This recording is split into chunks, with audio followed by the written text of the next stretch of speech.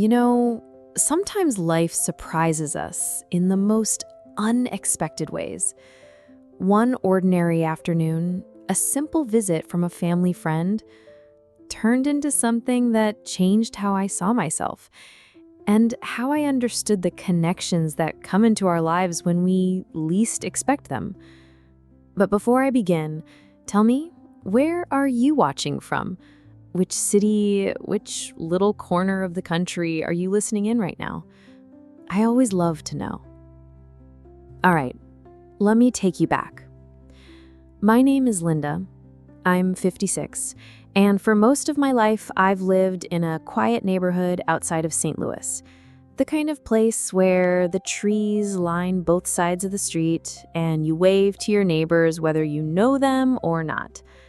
Life here is steady, predictable, maybe even a little too quiet sometimes. And yet, that's exactly why what happened stood out so much. It wasn't just another ordinary evening. A good friend of mine, Tom, stopped by that Saturday afternoon. We've known each other for decades.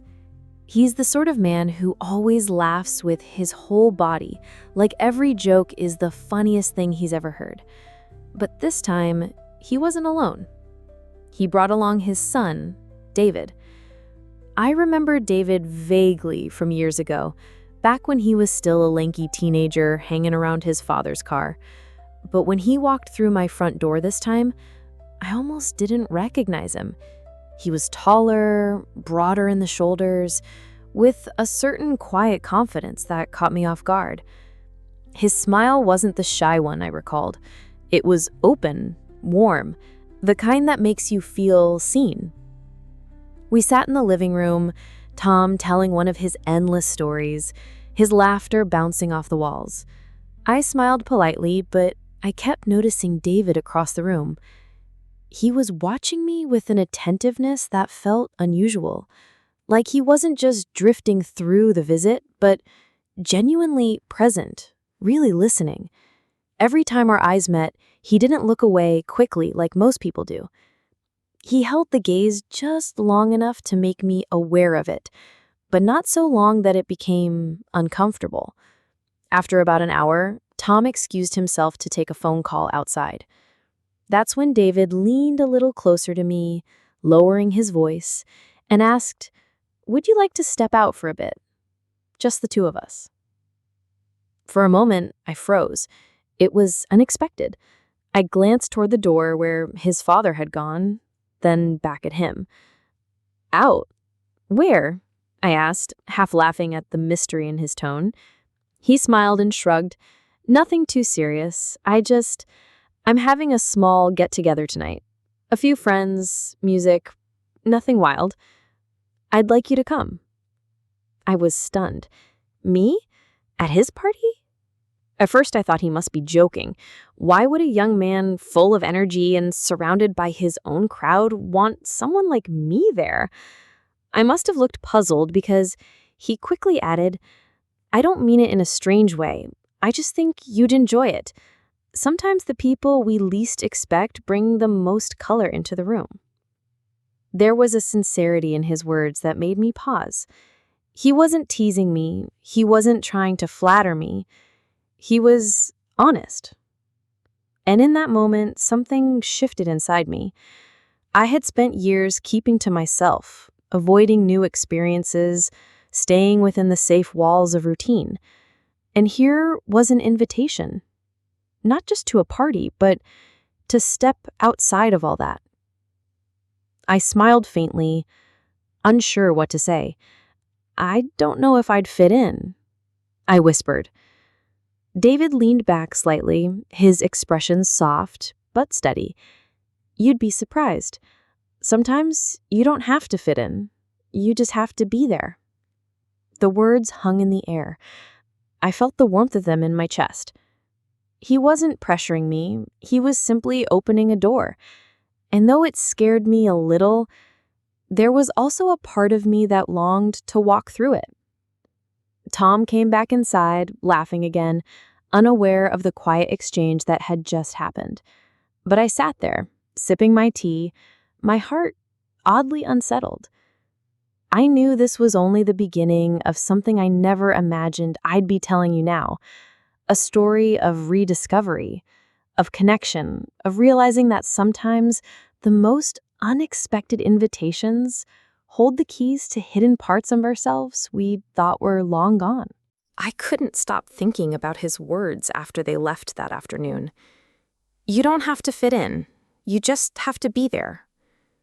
They lingered in my head as I washed the cups, as I folded the blanket on the sofa, as the quiet of my house returned. I wasn't used to invitations like that anymore. Not since my younger years. My life had become neat, contained. Work, home, church on Sundays, the occasional dinner with a friend.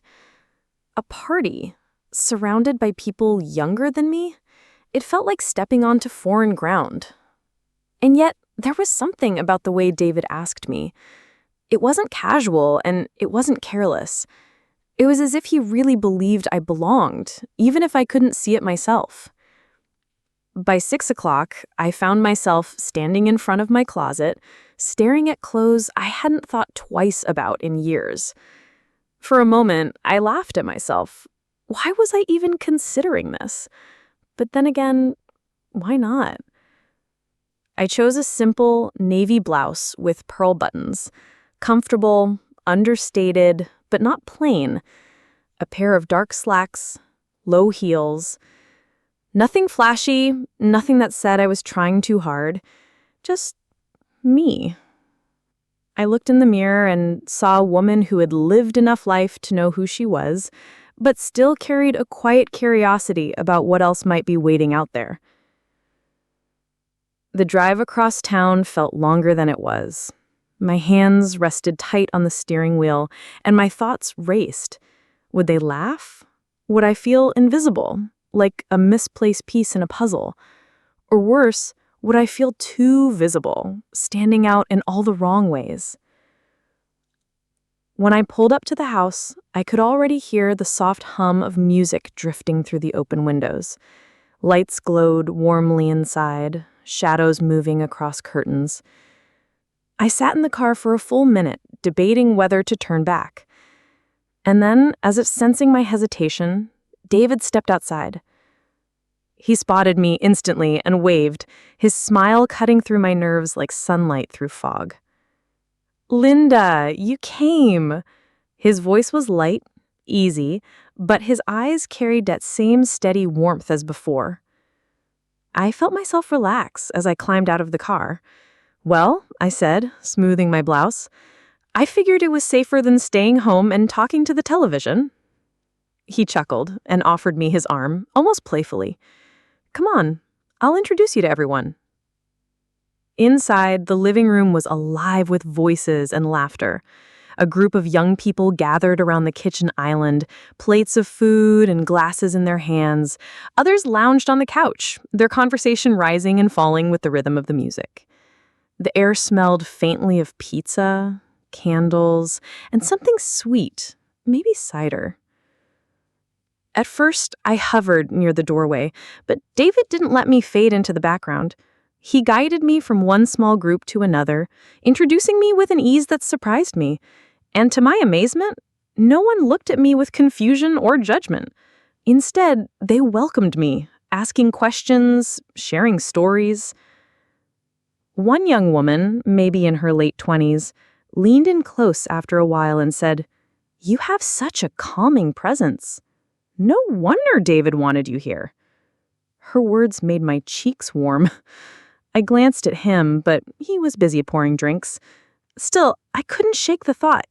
He wanted me here, not out of politeness, not out of obligation, but because he truly thought I could bring something of value to this room. As the evening went on, I found myself laughing more than I had in years. Real laughter, the kind that comes from deep in your chest.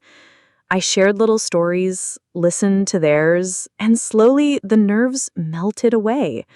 I didn't feel like the odd one out anymore. I felt present, alive. Later, as the night settled into a quieter rhythm, David found me standing by the back porch, looking out at the string lights swaying in the breeze.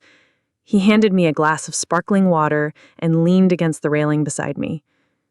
"See," he said softly, "you fit right in." I smiled, shaking my head.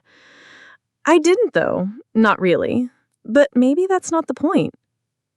He looked at me, his expression thoughtful, almost proud. Exactly. Sometimes it's about letting yourself be part of a moment, even if you don't know where it leads. The air was cool, carrying the scent of cut grass and late summer. For the first time in a long while, I felt like the world was opening a door to me again. Not with fanfare, not with promises, but with small, quiet possibilities. That night, driving home under the glow of the streetlights, I realized something had shifted inside me. I wasn't just Linda, the woman who lived quietly in her little house.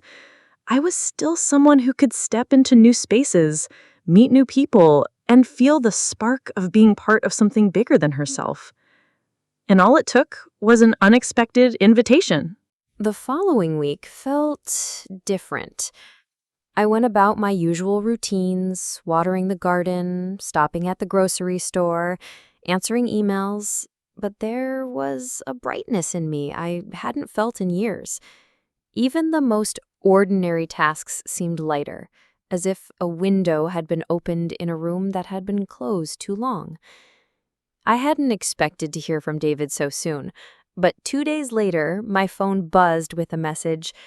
"I hope you enjoyed yourself the other night. Would you like to grab a coffee sometime this week?" I stared at the words for longer than I cared to admit. Coffee. Simple, ordinary, harmless. And yet, my heart beat a little faster.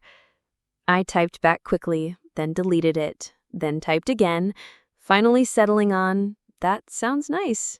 When and where?" We met on a Wednesday afternoon at a quiet cafe tucked away downtown. The kind of place with worn wooden tables and the faint scent of roasted beans clinging to the air. I got there first, nervously straightening my blouse as I sat near the window. When David walked in, his smile came easily, disarming me the way it had at the party. He ordered a black coffee, and I had my usual tea. We sat, and for a while the conversation was light, about books, about music, even about travel. He listened intently, asking questions, really hearing me, not just waiting for his turn to talk. After a pause, he leaned forward and said, "You know, I meant what I said the other night. You brought something different to that room, a calmness. People notice things like that." I laughed softly. "I think you give me too much credit. I was just trying to not look like I wandered in by mistake." He shook his head, smiling but serious. "No, you were exactly what I hoped you'd be. Yourself. That's rare these days." The words touched me more than I wanted to admit. For so long, I had felt like my presence barely registered. Here was someone who not only noticed, but valued it. We stayed for nearly 2 hours, the conversation flowing as naturally as if we'd known each other for years. He spoke about his work, his hopes, the sense of restlessness he sometimes felt. I shared pieces of my own life, my quiet routines, the things I missed, the parts of myself I had tucked away. There was no pretense, no masks, just two people talking, discovering unexpected common ground. When we finally stepped outside, the late afternoon sun stretched long across the pavement. We stood by my car, the air filled with that comfortable silence that only happens when words have already said enough. "Thank you," I said, my voice softer than I intended. "For what?" he asked. "For reminding me that I still have something to give, that I can still be seen." His eyes met mine, steady and kind. "You never stopped having that. Maybe you just forgot for a while." The words stayed with me as I drove home, the streets bathed in golden light. It wasn't romance. Not yet. Maybe not ever. It was something more subtle, more grounding. It was recognition. And recognition has a way of stirring the parts of us we thought were long asleep.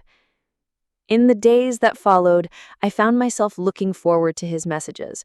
Sometimes they were simple, a funny story from work, a song recommendation, a picture of the sunset from his evening walk. Other times they were thoughtful, almost vulnerable as he shared pieces of himself he didn't show to many people. And each time I felt a connection building, not rushed, not forced, but growing naturally, like roots beneath the soil that you only notice when the tree starts to stand taller. One evening, as I sat on my porch with a cup of tea, I thought back to that first moment when he asked me to step out, just the two of us. I had almost said no, almost retreated into the safety of routine. And if I had, I'd have missed this rediscovery, this quiet sense of possibility. I didn't know where it would lead, but for the first time in a long while, I wasn't afraid to find out. The weeks that followed were quiet, but filled with an unexpected warmth. David and I continued meeting, sometimes for coffee, sometimes for a walk through the park, or just sitting in his favorite cafe, talking about everything and nothing.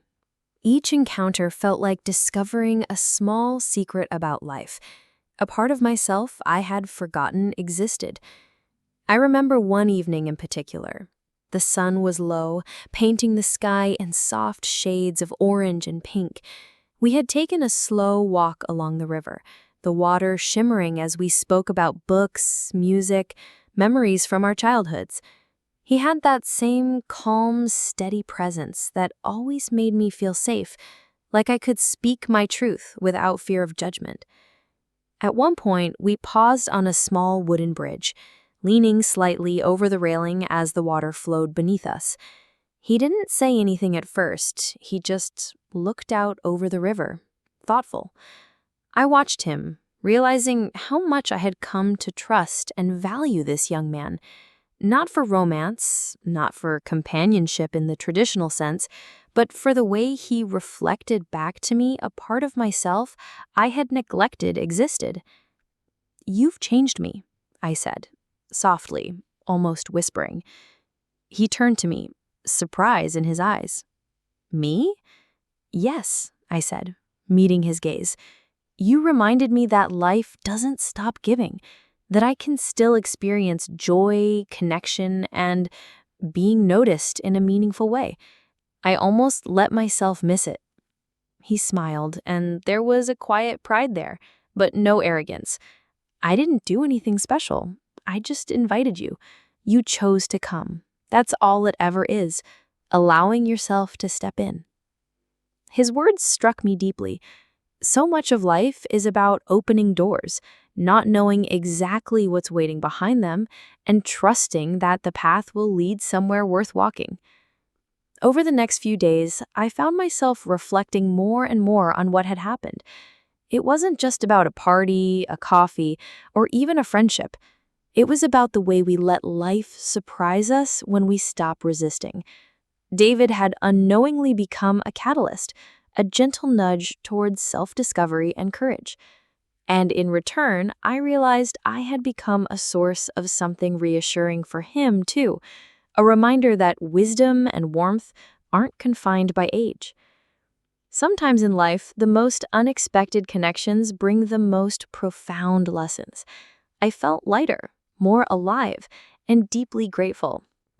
I began to take small risks in other areas too, calling an old friend, volunteering, trying a painting class I had shelved years ago. Each small step was infused with the same confidence I had felt the first time David invited me to step out of my routine. And the most important lesson? That life doesn't belong to the young alone. We too have moments of growth, discovery, and delight waiting for us, sometimes in the most surprising of places, and sometimes through the most unexpected people. One evening, I sat on my porch, looking at the soft glow of the streetlights and listening to the quiet hum of the neighborhood. I smiled, thinking about how far I had come in just a few short weeks. David had reminded me that connection, attention, and care aren't about age. They're about presence, about being willing to show up, to notice, and to allow yourself to be noticed in return. As the night settled in, I realized something profound. Life is full of doors we hesitate to open, but when we do, we often find parts of ourselves we thought were gone, parts that remind us how rich, complex, and beautifully unexpected this journey can be. I wasn't the same woman who had nervously debated going to that party. I was someone who had rediscovered courage, warmth, and the joy of genuine connection. And in that, I found not only gratitude, but a quiet hope for everything still ahead. Life has a way of giving the gifts we don't see coming. Sometimes all it takes is a simple invitation and the courage to accept it.